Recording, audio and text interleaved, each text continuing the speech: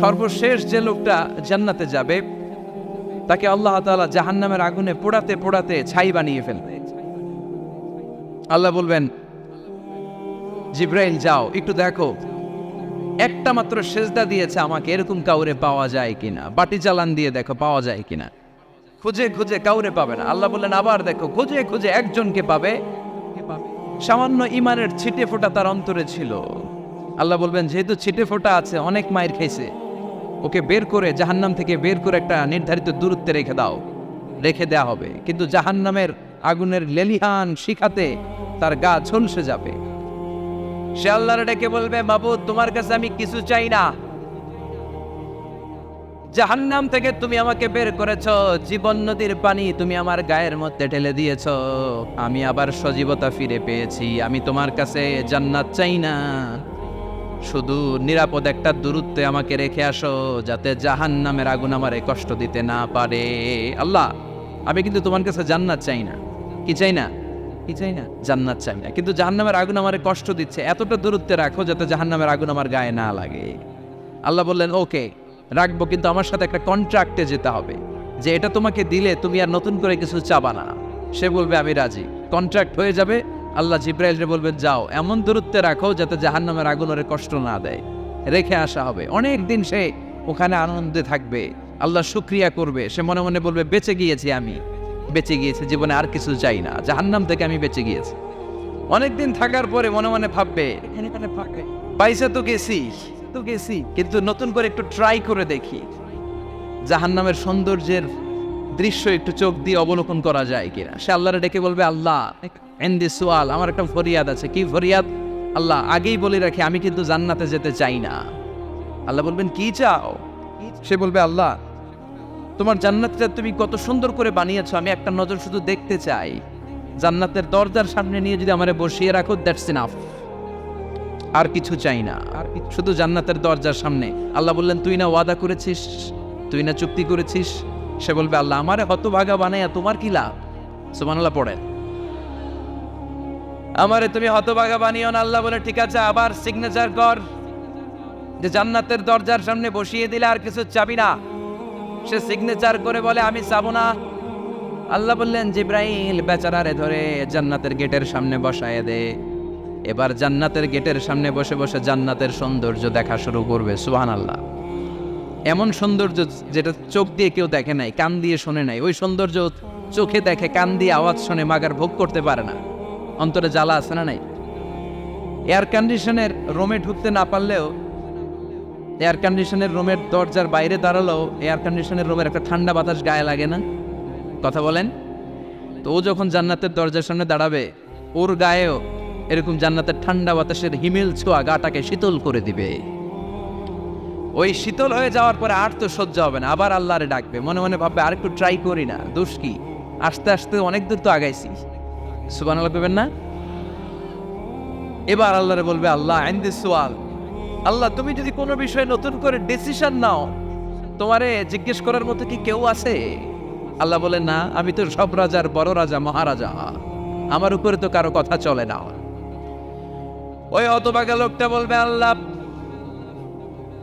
এত সুন্দর জান্নাত তুমি বানালা, চোখ দিয়ে সৌন্দর্য দেখি, কান দিয়ে আওয়াজগুলো শুনি, হুর আর গেলমান হেঁটে বেড়ায়, এত সুন্দর জান্নাত চোখ দিয়ে দেখি, ঢুকতে পারি না, আমারে কষ্ট দিয়ে তোমার কি লাভ?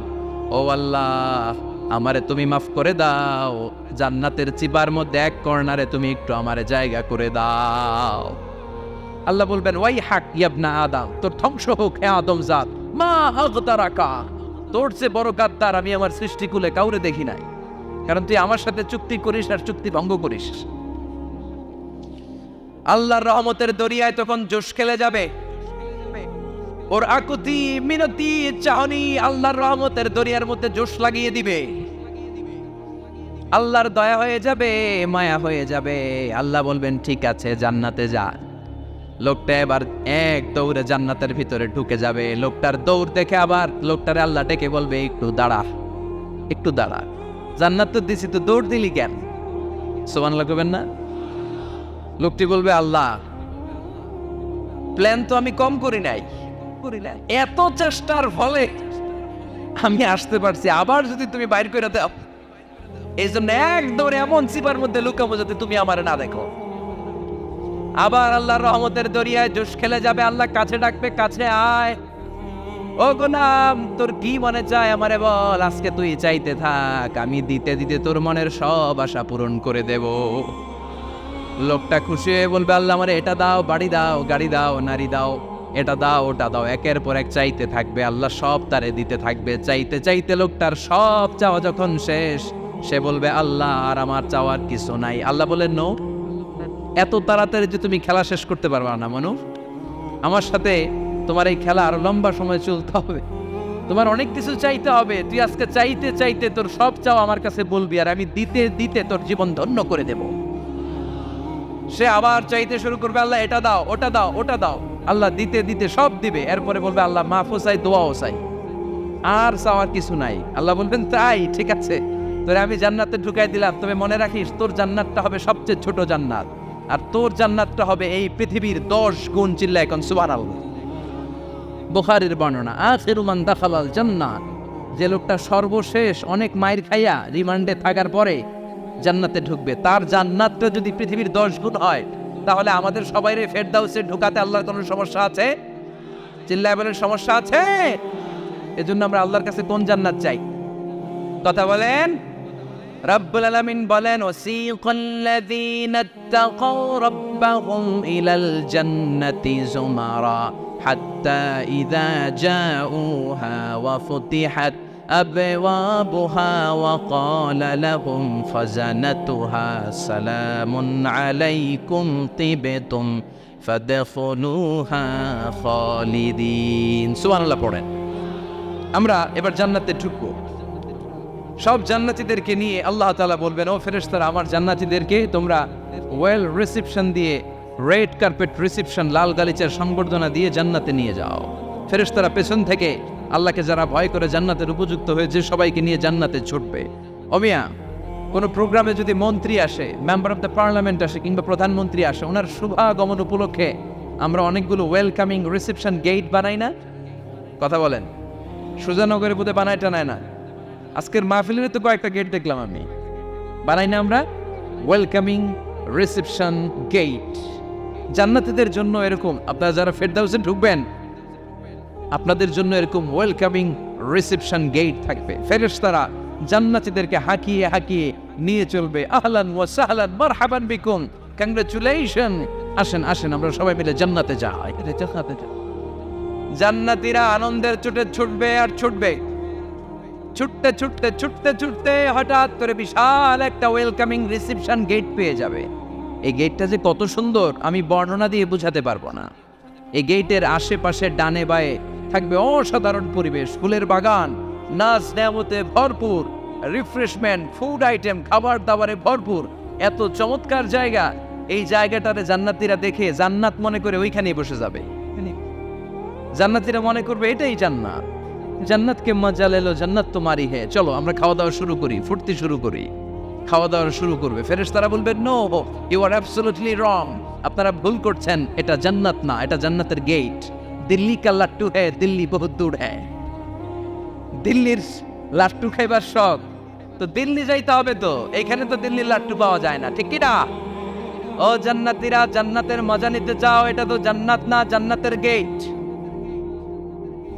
জান্নাতীরা আবার এই জায়গা ছেড়ে হাঁটতে শুরু করবে। হাঁটতে হাঁটতে হাঁটতে হাঁটতে দ্বিতীয় ওয়েলকামিং রিসেপশন গেটের সামনে এসে জান্নাতীরা ফেরেশতাদেরকে আর জিজ্ঞেস করে না যে এইটা না সামনে, ওরা এতটা নিশ্চিত যে এইটা তো জান্নাত না হয়ে পারেই না, কারণ এইটা আগেরটার চেয়ে অনেক বেশি সুন্দর। হিউজ স্পেস, অ্যামেজিং প্লেস, অসাধারণ জায়গা। জান্নাত মনে করে আবার খাওয়া দাওয়া শুরু।